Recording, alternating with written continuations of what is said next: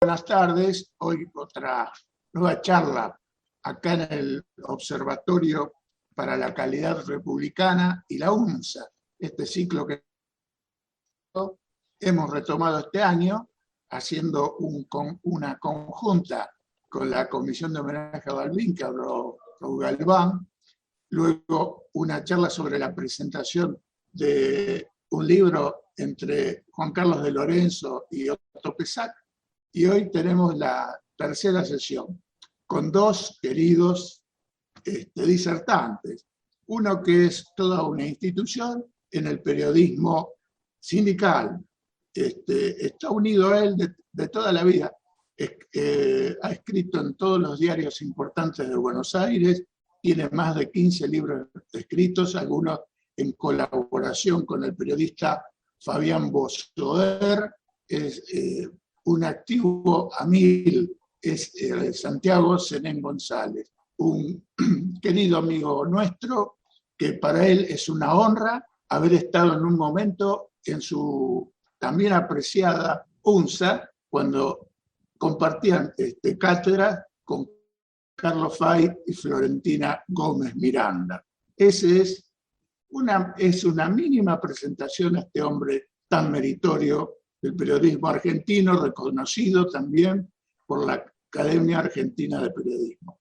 Del otro lado, otro amigo, Diego Baroero, abogado, historiador, presidente del Instituto Nacional Irigoyeniano, vicerrector del turno tarde del Colegio Nacional ahora, que tiene ahí sobrevolando las travesuras de Juvenilia, nada menos, toda una institución histórica, ligada al arte, también por Impulso, una asociación de Buenos Aires, y bueno, que hoy nos va también a prestar colaboración y su conocimiento en esta charla que han titulado Sindicalismo y Trabajo, ayer, hoy y mañana. Bueno, señores disertantes, cuando gusten, la sala los espera, ansiosa.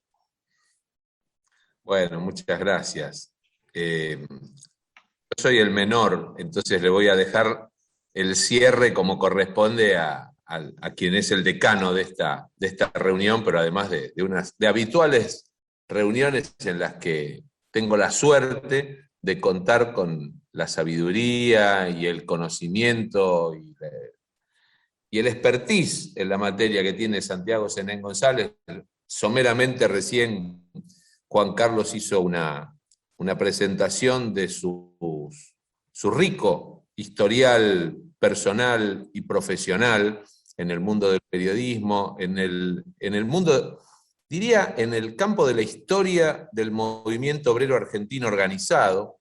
Santiago tiene además el mérito de haber conformado a lo largo de su vasta trayectoria el más importante y nutrido archivo del sindicalismo argentino. Todavía una parte está en su casa, yo he podido visitarlo ahí desde donde está transmitiendo en este momento, pero otra parte ya se encuentra, creo que la parte más importante, más copiosa, se encuentra ya en la Universidad de Itela, ¿no es cierto, Santiago?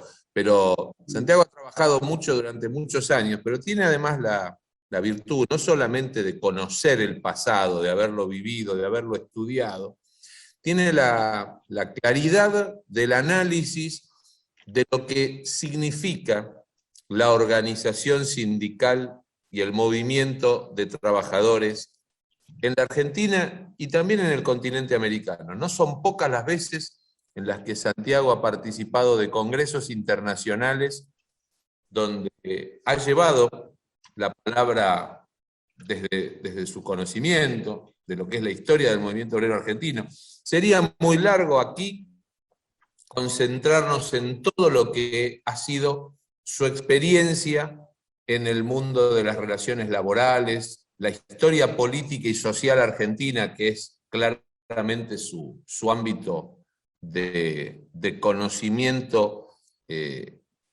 importante y básicamente el que él ha ido y sigue trabajando en su cotidiana labor periodística y, como dijo también Juan Carlos el moderador, sigue acercándonos semanalmente columnas que comparte con Fabián Bosoer, una institución joven, pero un gran estudioso, un periodista notable de la actualidad, que también es un gran analista. Y con Santiago tenemos la suerte de que, a pesar del contexto de pandemia de estos últimos meses, hemos podido recuperar el vínculo que acá está presente Eduardo de Leville también, que ha sido uno de los protagonistas cotidianos, semanales, de esos almuerzos en la Fundación Ricardo Rojas, donde no solamente se podía degustar un plato casero y la compañía agradable de los amigos, sino que también llegaba el momento del análisis y el debate. Con Santiago y con otros amigos, también está acá Graciela Petkov, que cada tanto también obviamente comparte con nosotros un nuevo ritual que hemos incorporado en la zona de San Telmo, a Parque El Zama. ¿Cómo, Santiago? El ritual del champán sería. El ritual del... Bueno, yo no iba a dar tantos detalles. Un almuerzo que tenemos los días viernes, que en algunas oportunidades nos ha acompañado también el querido Juan Manuel Tito Moure, y obviamente en torno a esa mesa disfrutar de la conversación, de los conocimientos que tiene Santiago, Santiago llega munido de recortes que muchas veces no son artículos de él, los artículos de él nos llegan por otra vía, nos comparte generosamente, pero también los recortes son informaciones de dominio público, y tenemos la suerte de que Santiago los comparta con nosotros y comparta el análisis. Y de alguna manera, este título que pusimos de común acuerdo cuando nos invitaron gentilmente los queridos amigos del observatorio, a quienes les agradecemos profundamente la generosidad con que hoy nos han honrado, surgió espontáneamente el título de la charla, porque es prácticamente tema de todas las reuniones que tenemos con Santiago, ¿no? Los desafíos que enfrenta la Argentina, el continente y el mundo en general. Por supuesto que nos preocupa mucho más lo que desafía a nuestro país por las condiciones en que enfrenta el presente y el futuro, que son tan difíciles de afrontar en este momento. Y tenemos el tema del mundo del trabajo. Es un tema cotidiano de abordaje permanente por parte de Santiago, y como él es una persona que ha trabajado mucho la historia del movimiento obrero, por eso planteábamos el ayer, el hoy y el mañana. Y si fui un poco larguero para esta introducción, quería compartir con amigos, yo arrancaría preguntándole un poco a Santiago, porque me parece que la modalidad que nos había propuesto Juan Carlos era que conversáramos, que fuera una dinámica dialogada, que después... ¿Cómo, Santi? Bueno, por eso, entonces yo le preguntaría a Santiago, como para iniciar este diálogo, ¿cuál es ese ayer, ese punto de partida del sindicalismo argentino, de cómo se organizó, si bien sabemos que tenemos una historia mucho más larga, pero él ha escrito hace muy poquito algo sobre lo que se ha prestado poca atención en el mundo de la historia, que es un congreso de la CGT del año 1957. ¿No es Hoy cierto? se cumple el aniversario de... Ahí está. Es el ave fénix. El ave fénix porque el sindicalismo en ese momento estaba encerrado por muchos decretos de la Libertadora. Uno era no nombrar a Perón y a Evita, y el otro la inhabilitación de dirigentes gremiales. Ahí, en ese hecho, nació este ave fénix, que es el renacimiento del peronismo después del Congreso del 57. Lo hace junto a los comunistas que lo acompañaron, algunos socialistas, también radicales, en ese Congreso. De nombre quisiera hacer una sola aclaración. El primer libro que escribí hace 15 años fue con Juan Carlos Torres. Era Ejército y Sindicatos. Pasado mañana viene a saludarme para entregarme otro libro que ha hecho él solo, porque sabe mucho de esto, que es Memorias del Quinto Piso. Es decir, su presencia durante es decir, los años de su ruina. Así que Juan Carlos Torres está unido, que también nos dio bastante sus anuncios, sus, digamos, conversaciones que tenían, que nos apoyaban en muchos libros que escribimos con Follamos ahora. Eso en los nombres. Por eso hicimos tantos, quería obsequiarles con este. Este del ave fénix también tiene que ver mucho con algo que escribimos con Germán Ferrari hace tiempo, que es un libro, El por qué nace el ave fénix. Al estar en ese momento sin la inhabilitación de dirigentes, aparecieron los nuevos dirigentes, salvo algunos que pudieron eludir esa inhabilitación, porque cuando se hizo la confección de los padrones, no se tuvo en cuenta que habían sido agregados obreros. Por eso no figuraban como dentro de la lista de los inhabilitados. Uno era nada menos que un dirigente que tuvo un hecho periodístico famoso. Era el panadero. Fue siendo obrero en Rusia, quiso traer un colega comunista en un baúl. Bueno, se armó grande pelote. El otro es parte de la historia sindical, porque había sido para obrero de Checoslovaquia, digamos, Chile. Fue que dijo, casi rompió el Congreso, cuando en un momento de la normalización se levanta y dice: permiso, señor presidente. El presidente, entre paréntesis, era del Congreso, era el almirante Patrón Laplacet. Se comentaba ahí que el almirante tenía, usaba el almirante, su nombre, Laplacet, pero con el problema que estaba designado para el Congreso de la CGT como patrón solamente, tuvo que agregar el nombre de su madre para ser el almirante Patrón Laplacet, y no sería un titular de un Congreso de Trabajadores, más allá de ser buenos o malos. Una anécdota que corría, muy interesante. Dirigía bien el Congreso difícil, con una cosa interior que conocían muy pocos. En un momento dado, casi al final, ya con ganas de irse, algunos de los pocos periodistas que estábamos allí nos confesó, no muy abiertamente, él no quería ninguna CGT, que las decisiones que tenía de la superioridad era ser apacible, bueno, y si posible darle mucha trascendencia a los dirigentes no peronistas, y que no sea una CGT peronista, pero no quería ninguna. Y así fue. No salió ninguna allí, pero salieron lo que se llamaron las 62 organizaciones, que son que votaron en una comisión verificadora, que incluían los peronistas, los comunistas y algunos socialistas. Esas fueron las 62. Si hablamos de dirigentes importantes, distintos, me acuerdo dos que ya no se conocen mucho. Uno fue ministro de Trabajo del doctor Frondizi. Por eso, esos 62 organizaciones gremiales peronistas ocurrió después. Durante mucho tiempo fue las 62 que manejaron varios paros aquí en la capital, muy grandes.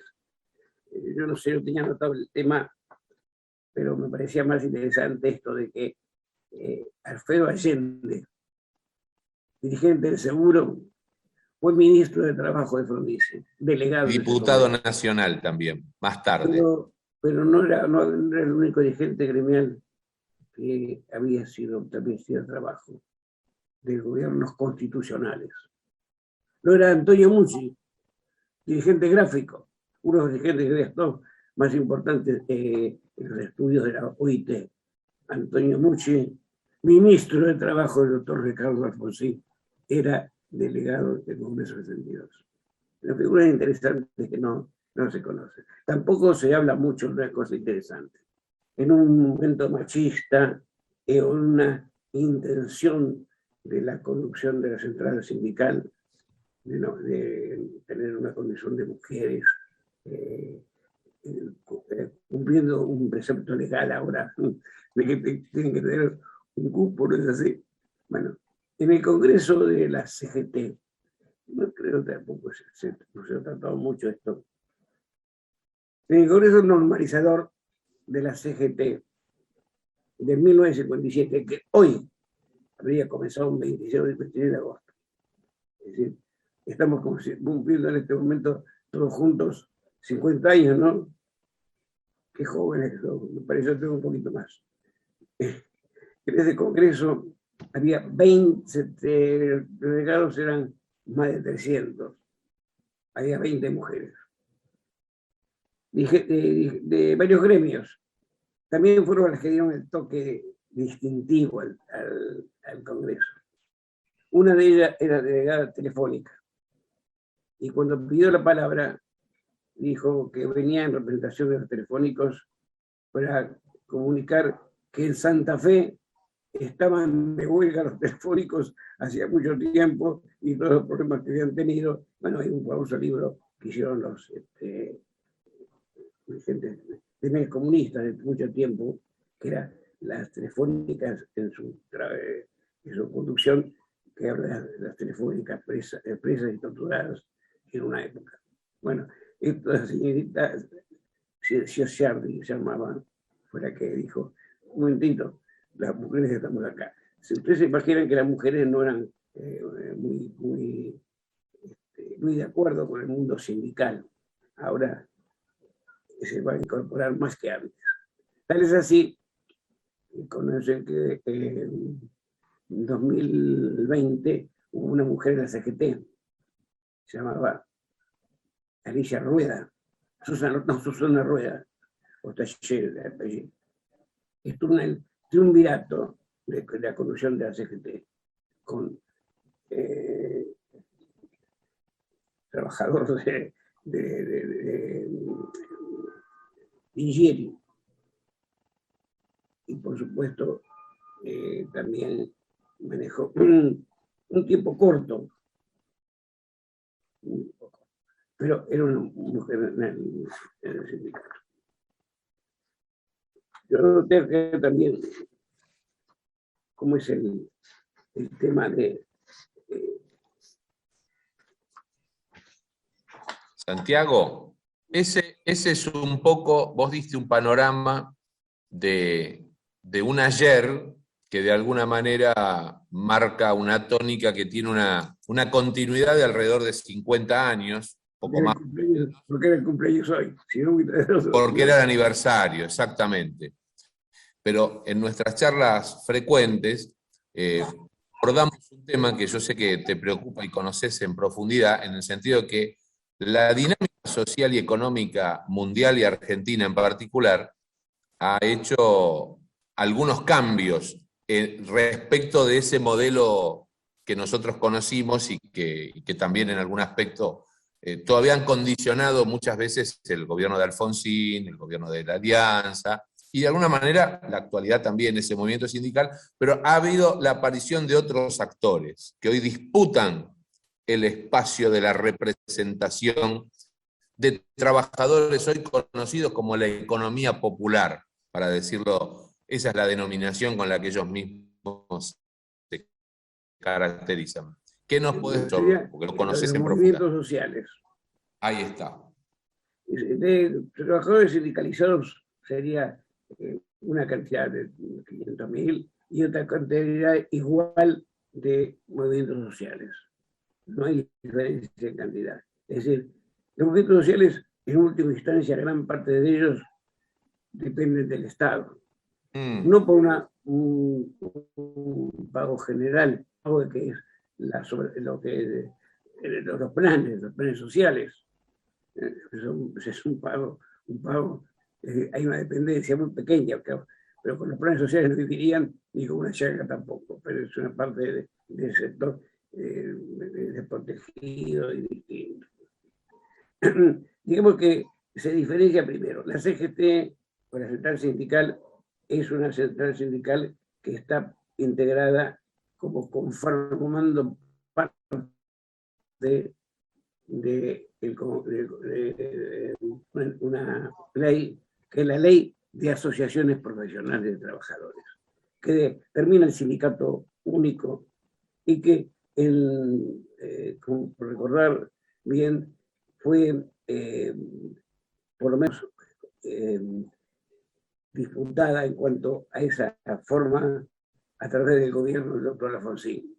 Alfonsín crió la posibilidad de mantener sin tocar las estructuras, no romper los sindicatos, pero sí darles una participación democrática. ¿Cuál era? Una muy fácil: mayorías y minorías, para que otros sectores pudieran integrarse. Eso se ganó. Se ganó en el Congreso, en diputados. Cuando fue a senadores, se perdió por un voto que quizás no sé si supo negociar. Hay antecedentes de eso, y muchos gente del gobierno radical lo conoce, que faltó alguien que terminara esa negociación. Por eso, por un voto se perdió esa posibilidad de obtener la mayoría y minoría en los sindicatos. No se podía. Alfonsín sabía que romper todo eso es imposible y no conveniente para el país. Todo el país necesita una organización sindical. Ahora, esa unidad sindical que entró dentro de un partido político está a través de esa asociación profesional. ¿Qué ocurre? No hay una posibilidad de otro sindicato si no tiene la personería gremial. Hubo otro intento interesante para recordar. En 1992 se creó una central autónoma, la CTA. Esa central autónoma tenía como fin no integrarse en los partidos políticos, no integrarse en la parte que sea económica, es decir, enfrentar al empresariado sin entrar en sus negociaciones.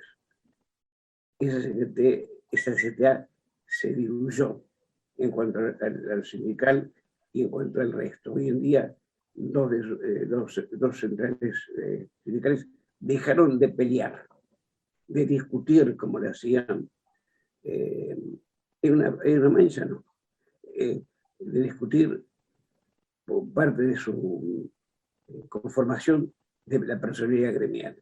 Es decir, no hablan más de discutir la personalidad gremial. Lo hicieron ante la OIT, hubo 12 presentaciones, 12 resoluciones de la Corte que fueron cambiando y manifestando. El cambio de la estructura sindical en cuanto a la paritaria, los nuevos cambios se hacen a través, y se están haciendo hace tiempo, a través de los convenios colectivos. Cuando se van los convenios colectivos, los sectores sindicales discuten ciertas formas de trabajo, ciertos temas de los horarios, ciertos temas de poner más cerca, ciertos temas de las conquistas que pueden llamarse, y se acepta un cambio. Es decir, hay un cambio en la estructura. El cambio se está haciendo lentamente, pero como bien dicho un dirigente de empresarios que conocí en varios congresos de la CGT. En varios congresos fui invitado, otros representé junto con el doctor Casella, la representación del gobierno, y en otros lo hice como periodista. Funes de Rioja, que dijo, bueno, hay que hacer las cosas de forma consensuada y por lo menos negociar, es decir, no arrasar, sino discutir. No sé qué se puede hacer. Me preguntaba a mi querido amigo Barbero más de esto. Esa organización piramidal dejó de ser peronista por imperio de la Libertadora, en esto que decimos que el ave fénix que nació este día. Pero desde el año 30 se creó la CGT. Sus primeros dirigentes fueron socialistas como Pérez Leirós, comunistas como Marille. Había también, cuando dicen el radicalismo tuvo dirigentes de primer nivel, de luchadores. ¿Quién no se acuerda del movimiento sindical de la huelga ferroviaria de 1961? Estaba Lorenzo Pepe y su segundo era el señor Antonio Scipioni, el tercer grupo comunista. Y ese triunvirato manejó no solamente la Secretaría, pero sí parte del movimiento obrero. Scipioni, creo que se lo conocen mucho, se lo trata mucho en el radicalismo, pero fue uno de los dirigentes más interesantes que hubo por su potencia. Hubo también socialistas. Yo me acuerdo de conversar con Pérez Leirós. En el 61 fueron socialistas y peronistas al Congreso de la DT, 1961. Y ahí, en ese Congreso, estaba nada menos que Augusto Timoteo Lugo Bandor, José Pérez Leirós, de sus socialistas de municipales, estaba nada menos que José Alonso. Estos últimos no tuvieron mucho tiempo de vigencia en plena plenitud, fueron fusilados, matados y masacrados en atentados de los montoneros.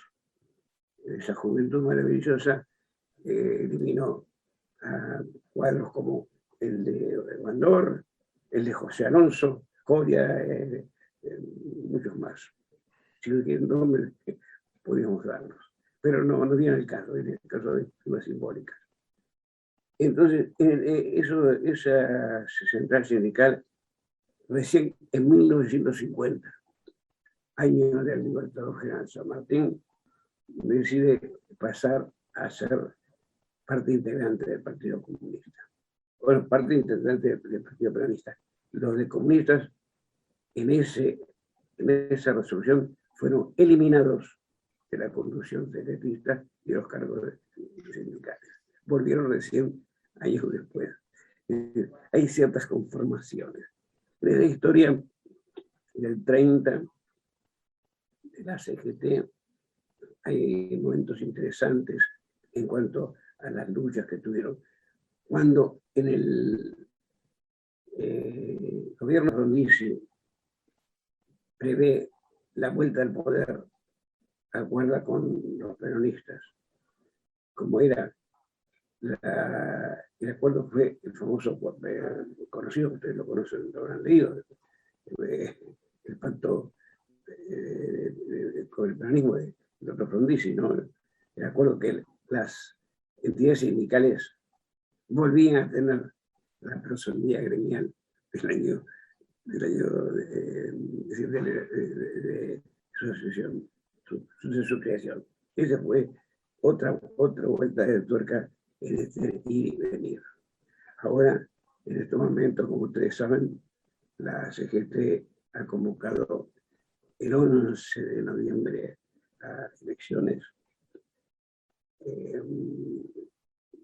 y hay algunas matices, no sé si el doctor Barovero quiere conversar sobre el tema un poco más de esto, las matices de este momento.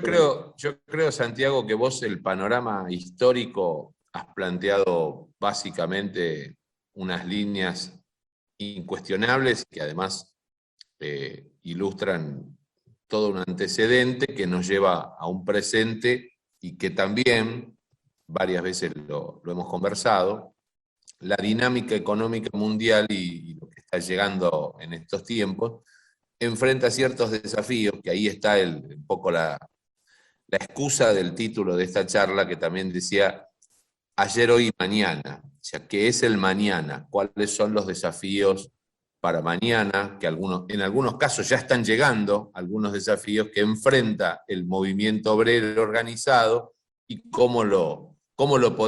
podemos esperar nosotros, que somos también trabajadores, obviamente, trabajadores de la palabra. Carlos, después cualquier pregunta, pero Ah, sí, sí, eso está abierto, lo va a hacer el moderador, tiene abierto el chat y va a leer las preguntas que hay de la asistencia de la sala. Para ver en la actualidad, digamos, la central sindical, con lo que es DAER, su titular, dos sectores, un sector muy cercano al gobierno, que es Palazzo de los Bancarios, otros sectores también que están y no están, como los bancarios. Ahí dicen dos, Daer y Acuña. Convocan elecciones el 11 de noviembre. El gobierno actual, está atento a eso y tiene interés en integrar más fuerte para el manejo de la CGT. La central sindical no está con el gobierno, sino está en mantenerse. La primera premisa del sindicalismo es mantener la organización. Después vemos qué pasa con quien maneja. Sin embargo, el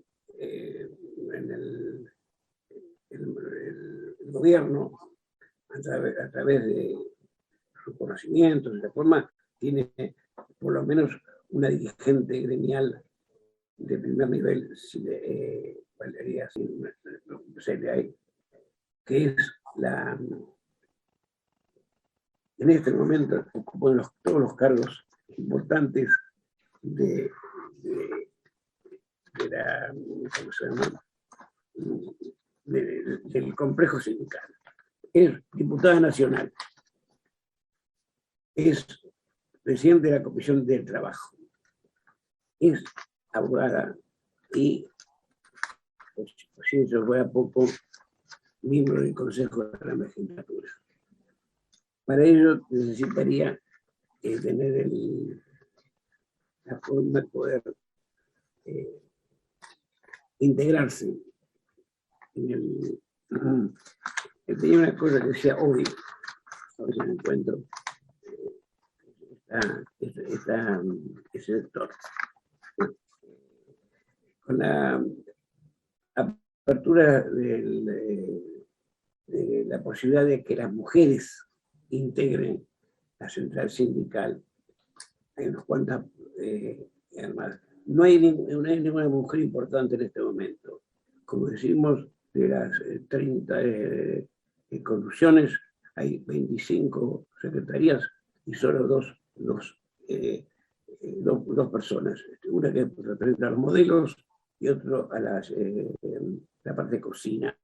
Son las mujeres en la conducción secretaria. En la conducción secretaria.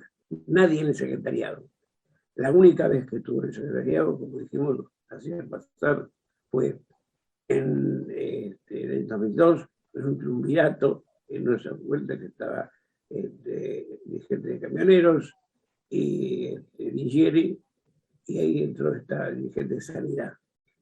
Estuvo 2 años, había hechos así curiosos, graciosos y molestos quizá para contarles. Esto se quiere para matizar un poco. Esta señora que es muy interesante, Susana Rueda, llega a ver el sindicato, se imagina que el sindicato de otra mujer, a ver qué hacemos. Bueno, primero de todo en el 5º piso de la CGT no hay baño. Entonces, hay que tener problemas de baño. Otra cosa, el cigarrillo que mucha gente empezó a fumar era antitabaco. Entonces, una de las cosas que hacían muchos cuando se grababa, prendían un cigarrillo. Un enfrentamiento casi constante en la conducción secretista, pero es un hecho de anécdota que para amenizar esta cosa tan pesada que estoy hablando, que es la CGT. En este momento, el movimiento social de los fuera de la CGT, es decir, enfrente, los movimientos sociales son 3 grupos. Uno cercano al gobierno, que tiene dirigentes en los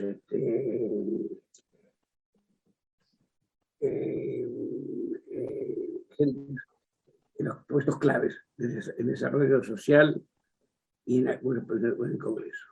Otro que está totalmente enfrentado es lo que se llama el polo obrero. Hay poca gente que recibe planes sociales. Y tal era así que un grupo grande del polo obrero, lo han visto en televisión, se llama polo obrero tendencia, que son la lucha más fuerte, cuando cortan el puente Avellaneda, cuando cortan el puente Redondigo, cuando cortan otros puentes. Y también hay un tercer sector que es el que negocia lo que es posible. Sin más planes, más cortes. Tiene ahora que esperar a ver qué pasa, porque no le dan seguridad a los señores de sus lugares de privilegio y desarrollo social, etcétera, con el nuevo gobierno. Porque tengamos en cuenta, y nosotros sabemos bien, cómo a veces se disfraza o se toma una posición distinta sobre la situación. Esta elección es de una paso. Nadie, no van a ser dirigentes nombrados, no, es nada más que lo que te decía alguna vez, creo que un socialista, es un recuento globular. Es de cuántos tiene uno, cuántos tiene otro, quién puede estar, quién puede estar. Es claro que si en este recuento globular aparece un sector importante sobre que haga peligrar para el gobierno, la provincia de Buenos Aires va a temblar bastante. Y si eso también da muchas secuelas. Es decir, lo que puede ser el movimiento social que influye en estas elecciones.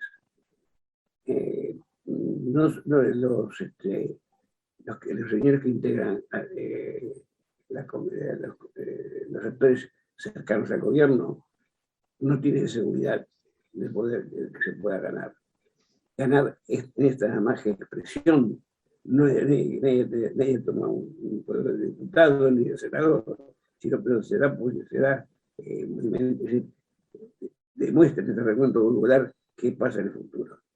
El recuento globular que ustedes conocen bien, aparecen los outsiders, los que están fuera del dorado, que han creado la sensación de que esto debe terminar, está parecido a lo que era antes, que se vayan todos. Ahora dicen que se vayan todos, pero que alguno. Y aparecen esas figuras medias sueltas como parte del problema. Escucho, trabajo.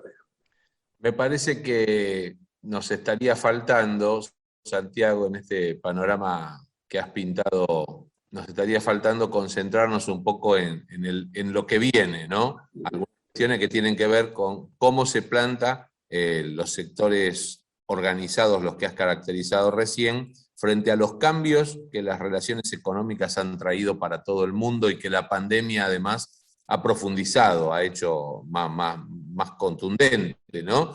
Esta cuestión de las robotizaciones, del teletrabajo, el trabajo a distancia, y cómo eso fue precarizando aún más el mundo de las relaciones laborales y cómo se plantan estos sectores representativos frente a esa situación.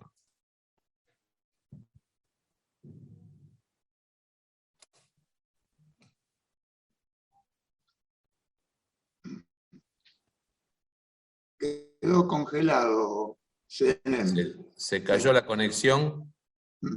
Debería estar, a lo mejor tuvo una baja de conectividad en el domicilio. No, ahí está conectado. Está, bueno.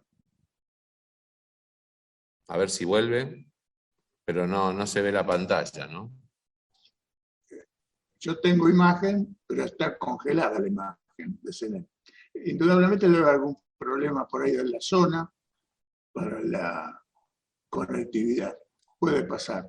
Ahí desapareció. Bueno. Claro. ¿Y te acordás algún concepto de CNN sobre el teletrabajo, todas estas nuevas relaciones? Esta pregunta te la hago de refilón, ¿no? Ahí está de vuelta, ¿eh? Adelante, Santiago. Ahí te vemos perfecto y te escuchamos. Ahí está, ahora sí. Retoma, por favor, retoma que te escuchamos. Bueno, no toco nada porque si no No toques nada. Vos hablá. Quieto, No quieto. toques nada y nosotros te escuchamos. Vos hablá, mirando a cámara.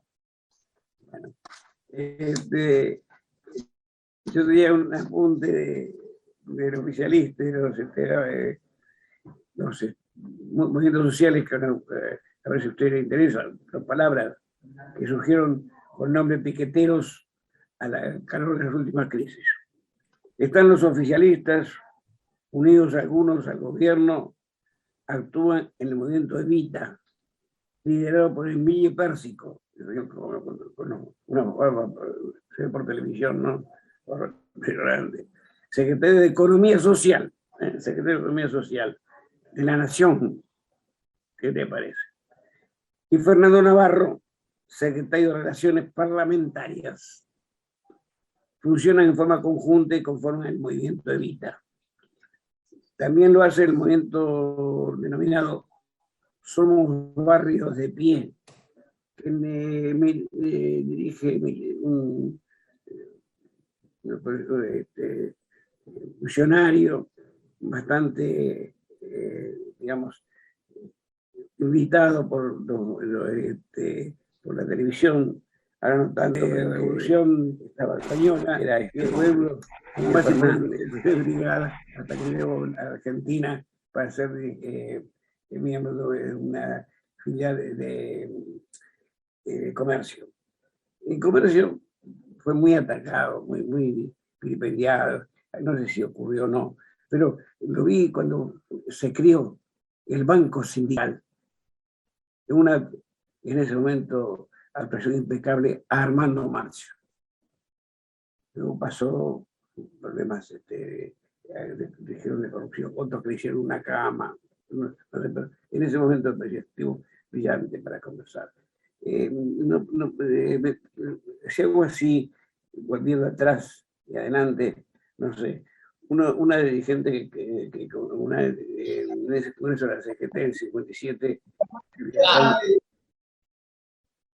que había tantas, tan pocas mujeres. Me acuerdo que en el palco estaban unos dirigentes muy importantes de lo que fue el periodismo. Estaba Perry, por la Nación Aníbal Sisto Vinelli, y venía una chica de la FUBA, joven, todos miramos ahí, una jovencita que estaba ahí, media mimada. Mientras los peronistas tenían un monito, como está en la parte del palco de arriba, los peronistas, abajo, los no peronistas, llevan con el monito ese abajo, entonces se decían de todo. No hubo agresiones verbales, de golpes, hubo agresiones verbales. Esa chica que estaba ahí era producto de muchas atenciones, porque era nombre porque fue mi esposa, exactamente mi esposa, estaba en ese congreso, por eso era nombre. ¿Qué más? Santiago, puede ser. Mirá, dice, entre la presencia activa de las llamadas organizaciones sociales, algunos fallos de la Corte que afectaron el modelo sindical argentino de sindicato único, ¿puede mantenerse el modelo que siempre defendió el peronismo hacia el futuro? Esto lo pregunta Guillermo López A. Bueno, perfecto. El modelo que la Corte apoyó como único, que no puede ser. Hay una creación de Grabois que el gobierno la tomó como, usted habrá leído, como norma, que los movimientos sociales pueden integrarse en la CGT. Los movimientos sociales pueden tener personería. ¿Qué es la personería? Pueden integrarse en la CGT. La CGT no puede aceptar ninguno de esos sectores porque esos sectores piden cosas que la CGT ha luchado, los sindicatos han luchado, que es las obras sociales.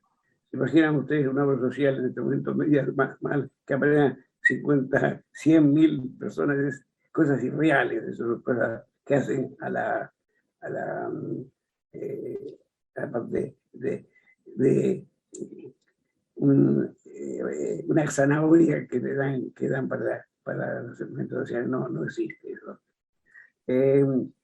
Los segmentos sociales podrían conformar centros de trabajo para integrarse en la CGT, para tener personalidad gremial. La personalidad gremial existe ciertos problemas de conformación. Pensemos que este movimiento gremial está enmarcado en esa ley de las asociaciones profesionales. Esa que la CTA se creó para luchar en contra y fue absorbida y dejó de estarlo. Esa central, que aún tiene gente que quiere que se cambie, es dentro de la ley, de esa ley. Esa ley no ha permitido cambios, sino que, por ejemplo, como lo comentamos recién en la época de Alfonsín, cuando se dispone una modificación legal en el Congreso de la Nación para decir lo que la mayoría es minoría, que es quizá la democratización para todo esto. Así que es difícil esto. Perdóname, Santiago, hago una acotación porque yo coincido con la pregunta que formula el doctor López Sá, coincido conceptualmente con que la experiencia y cómo evolucionó la situación político-social, además, e institucional, hace que el modelo sindical del que estuvimos haciendo historia hasta hace un rato, hoy está perimido, como lo hemos conocido. Lo que cuenta Santiago, sobre lo cual nos está contando además su experiencia personal, es que vamos camino, está en proceso de transformación. Lo que está faltando es la norma positiva que le dé el contenido, que recoja la experiencia política, pero también la jurisprudencia judicial y administrativa. De hecho, la CGT no representa hoy lo que representaba hace 50 años atrás. Hay una subrepresentación real de la CGT.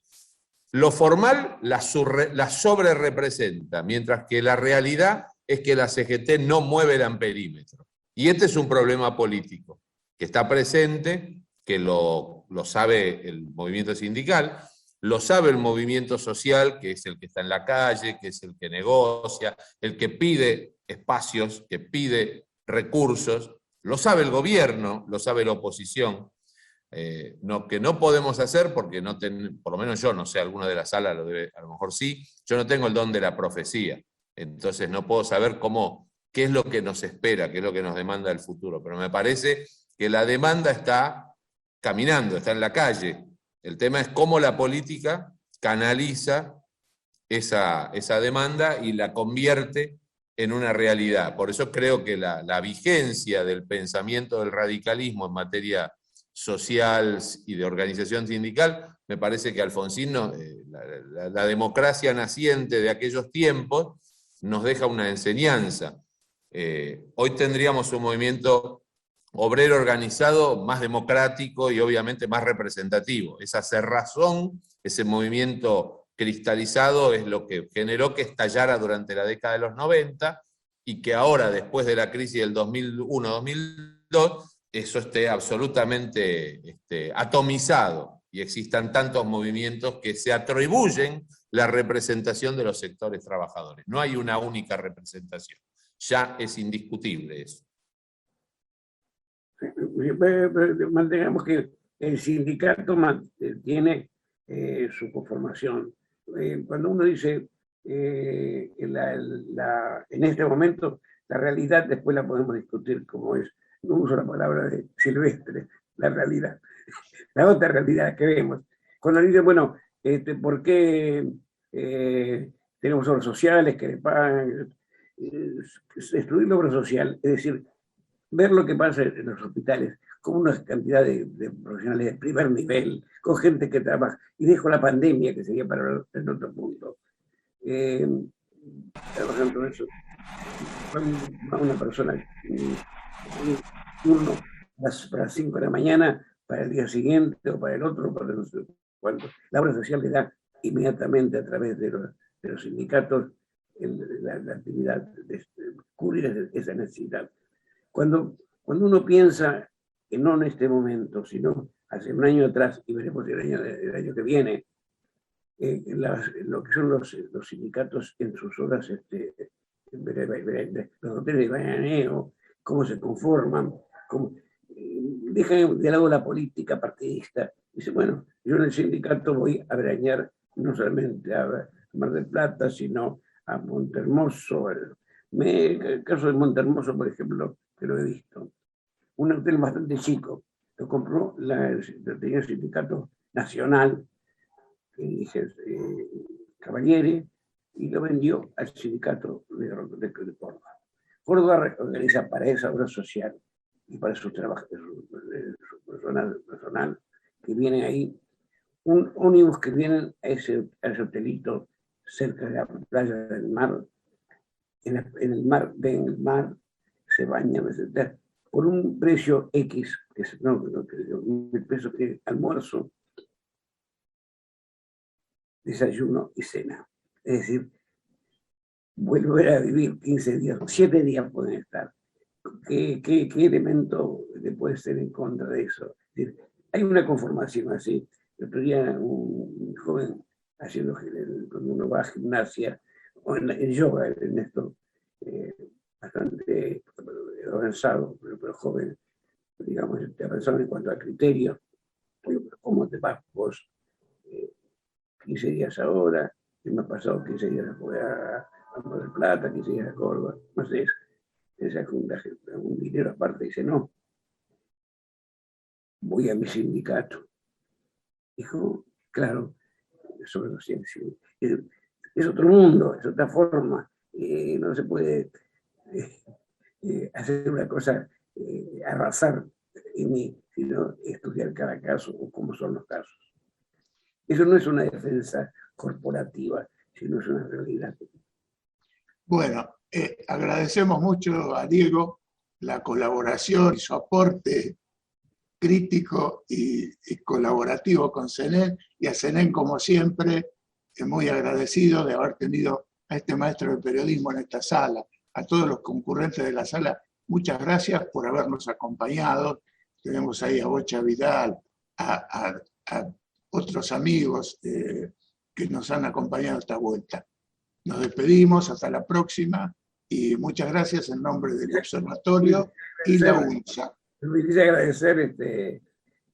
agradecer a toda la concurrencia, a ustedes, a mi amigo Jiménez M, y a quien me introdujo a este mundo, que es nada menos que el doctor Barovero. Muchas gracias a todos. Chao, CENEN. Buenas noches. Gracias por la invitación. Un abrazo para todos. Gracias por Buenas noches.